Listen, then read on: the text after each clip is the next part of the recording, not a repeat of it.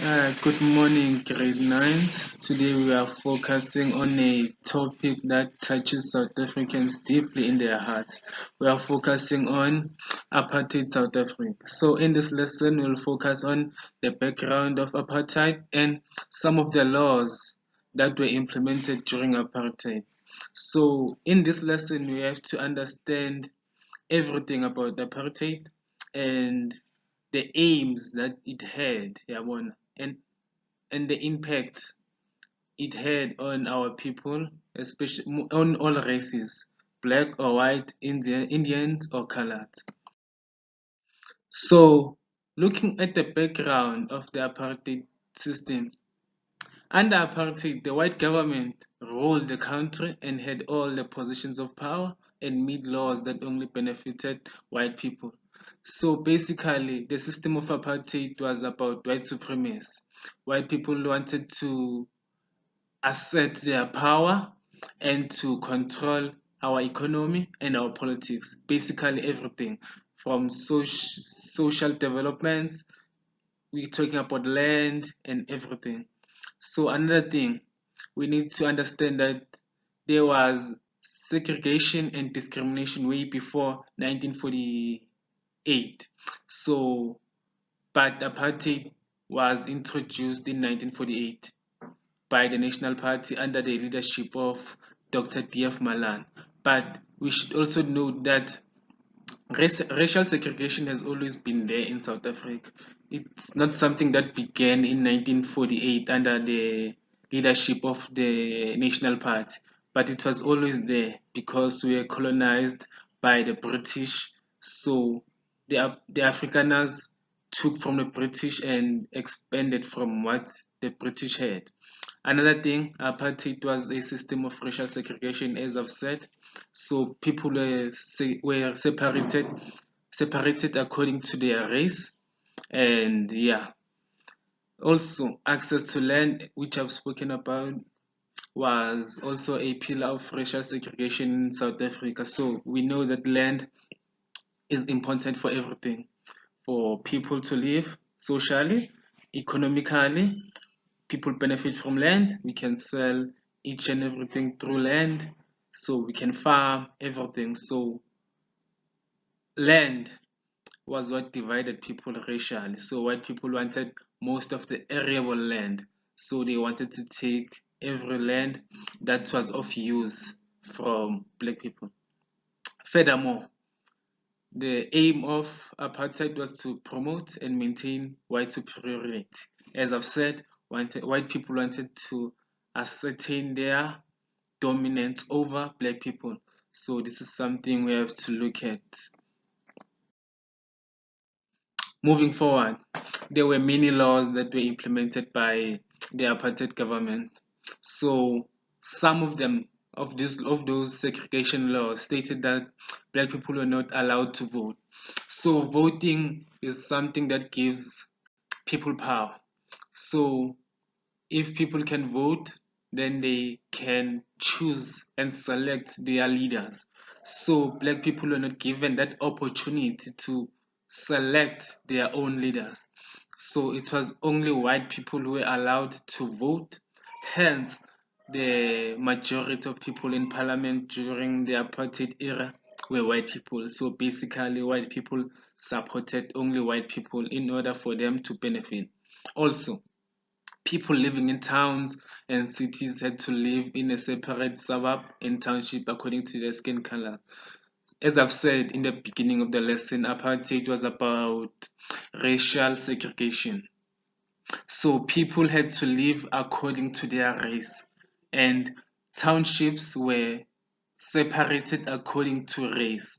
And even in that separation, they were also separated in their different ethnic tribes and and cultures. So Zulu people had their own areas, the Basotho people had their own areas, and so on. So basically, apartheid was about separating people. They wanted people to live separately, especially black people. Hence, they were separated according to their tribes.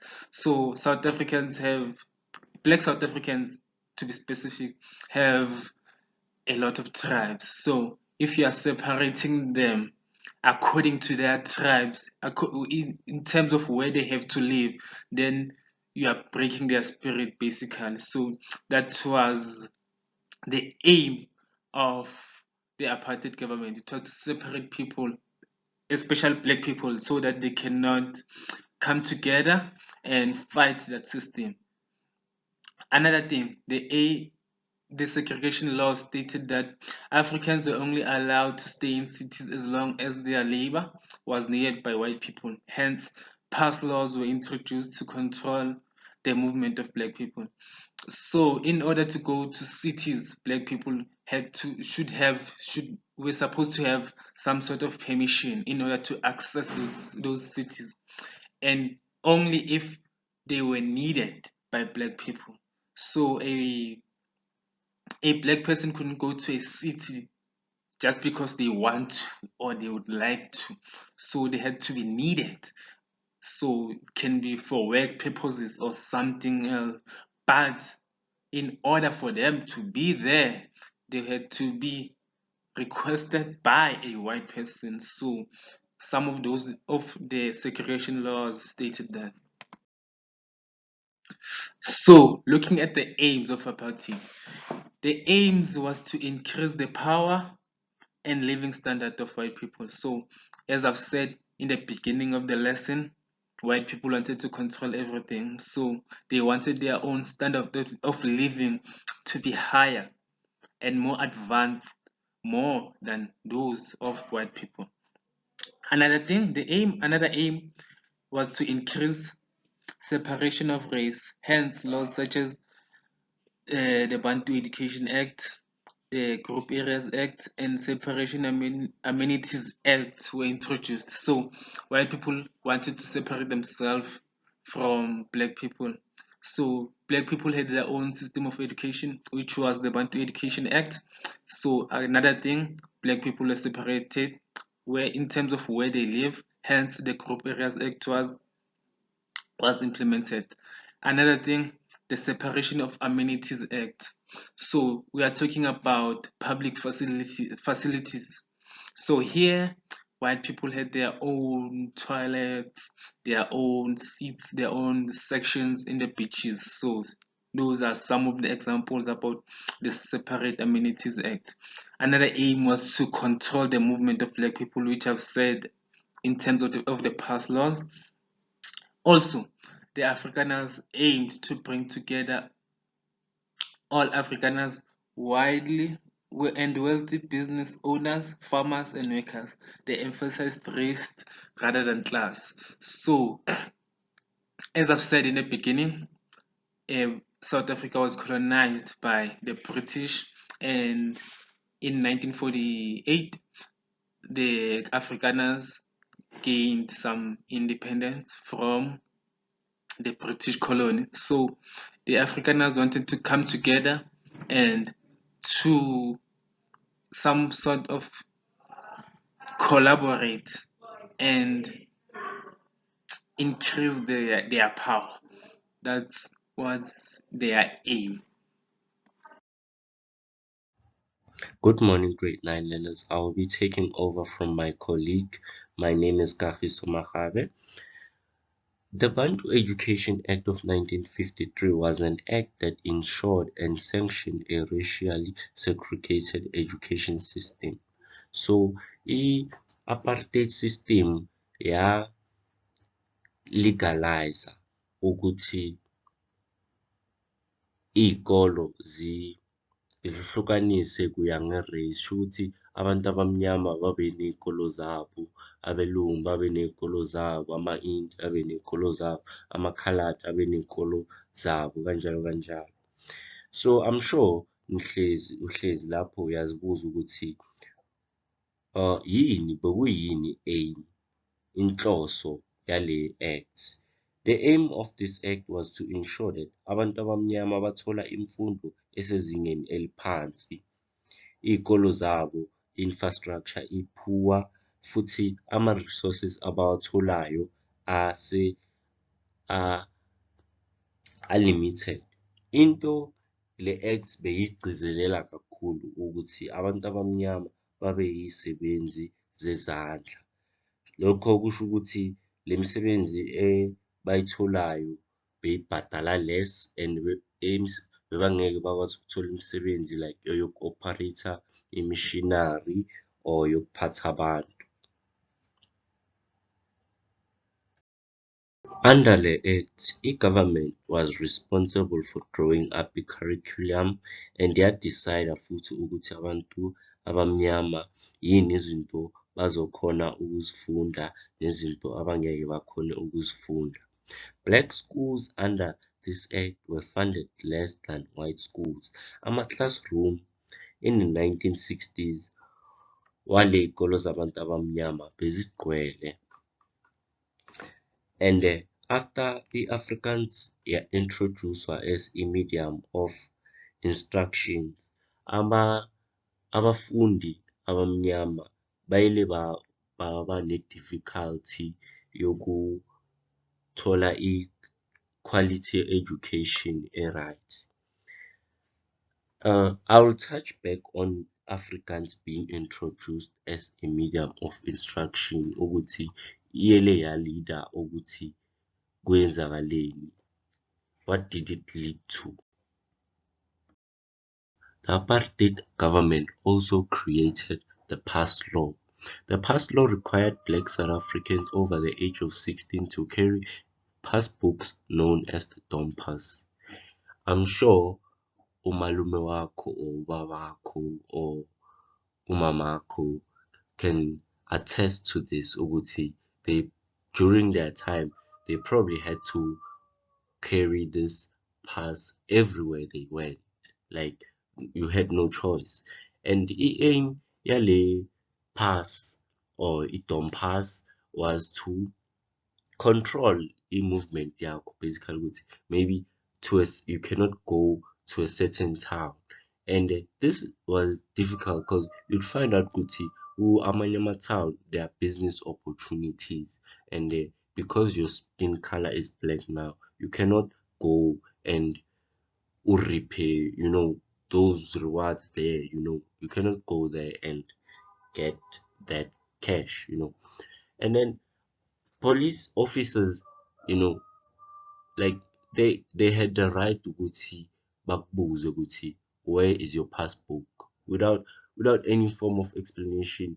So basically bowungathi uzihambela unga ungamoshanga umthetho ungayenzanga next, then they just ask you ukuthi where is your pass, and if kutholakala ukuthi wena uyishiye endlini kuyakhoneka ukuthi ube arrested and ungaspenda isikhathi esiningi ejele just for ukukhohlwa into. Imagine nje wena uzivukele, you thinking today is a good day, probably uziyele shop and then bakubuza ukuthi ipass yakho iphi, and then like you find yourself getting arrested. So during the apartheid era, there were several resistances, and one of the resistance we're going to be looking at is the Soweto uprising. In June 16, 1976, black school children took to the street to protest against the introduction of Afrikaans as the medium of instruction in black schools.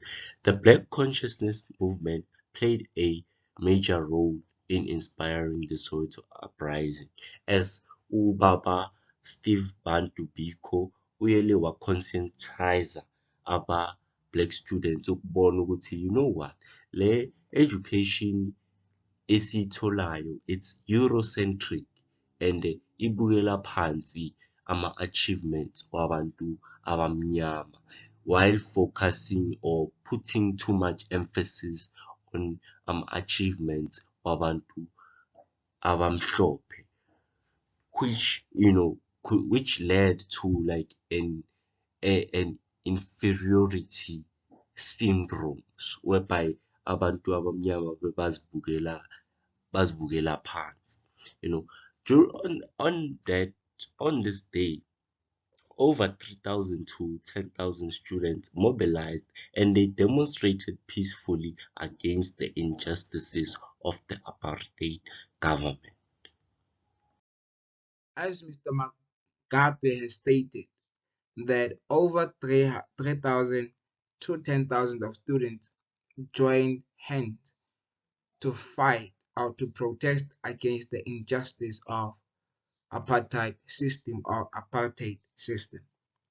The protest led to Soweto uprising, known as massive uprising.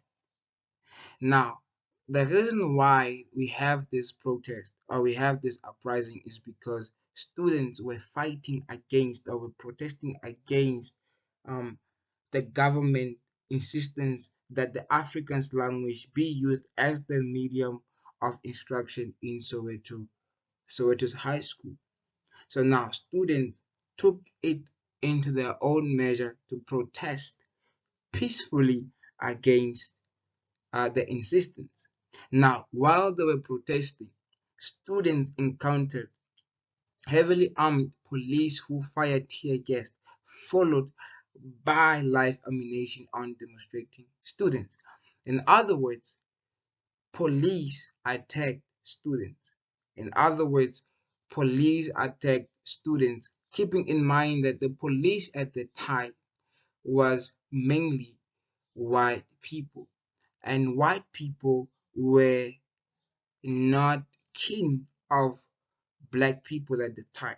So now they have mistaken their protest as something that can contribute to violence. So the police reacted to towards peaceful protest with violence. They attacked the students who were protesting. And during all this, a student by the name of Hector Peterson was caught in the crossfire where he was shot and killed. And which is mainly the reason why in South Africa we celebrate June 16th is because of the death of Hector Peterson and because of what happened during Soweto uprising, um, that people got killed. Not only did Hector Peterson got killed, but over 20 people died during the first day of the protest. Now, if 20 people died in the first day of protest, keep in mind how many, or ask yourself how many students died the second day and the third day, and so on and so on. And this gives you an example, this gives you the image that during that time it was hard for a black student. Now, the violence escalated as bottle stores and beer halls, seen as the outpost of the apartheid government, were targeted. And during the night, police were patrolling on the streets of Soweto to see or to check if there's any misbehavior caused by the students or by elderly people or anyone who was part of the protest. So we have dealt with Soweto uprising.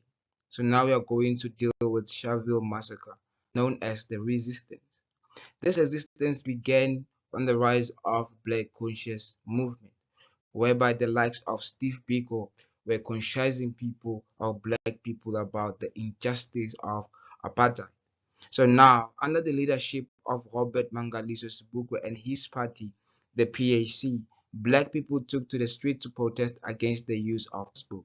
Keeping in mind that before, during those days, in order for you to go to town, for example, you have to carry your passbooks, which is now known as IDs. You had to carry your IDs on a daily basis in every second, every hour, and every minute, especially if you are a black person.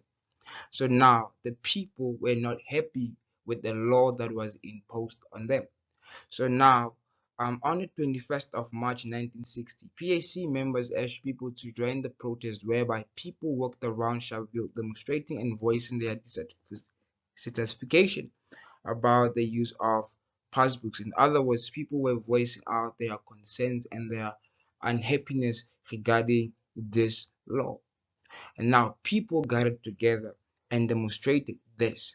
And this protest reached the police station, where some people did not carry their passes and demanded to be arrested, while others banned their passes because they wanted to overcrowd and overflow the prison. In other words, if people are overflowing the prison, the system or the government will suffer, because they will not have enough resources to take care of those people, so the law will be forced to release them. So that was the purpose of this protest.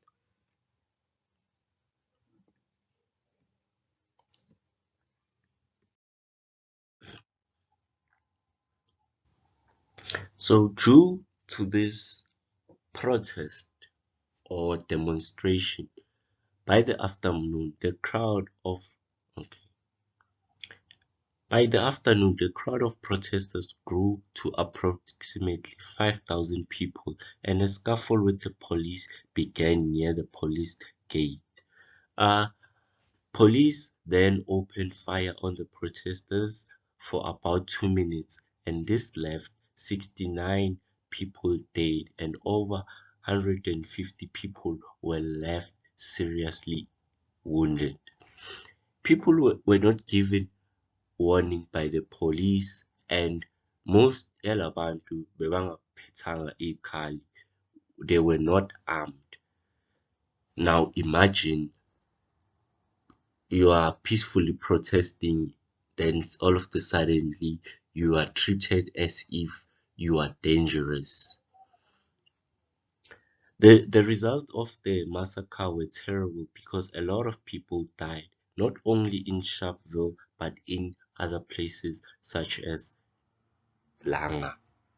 Now, on the very same day that people were protesting, by the afternoon, the crowd of protesters grew to approximately 5,000 people, and scuffle with the police began near the police station. In other words, people began to fight with the police. But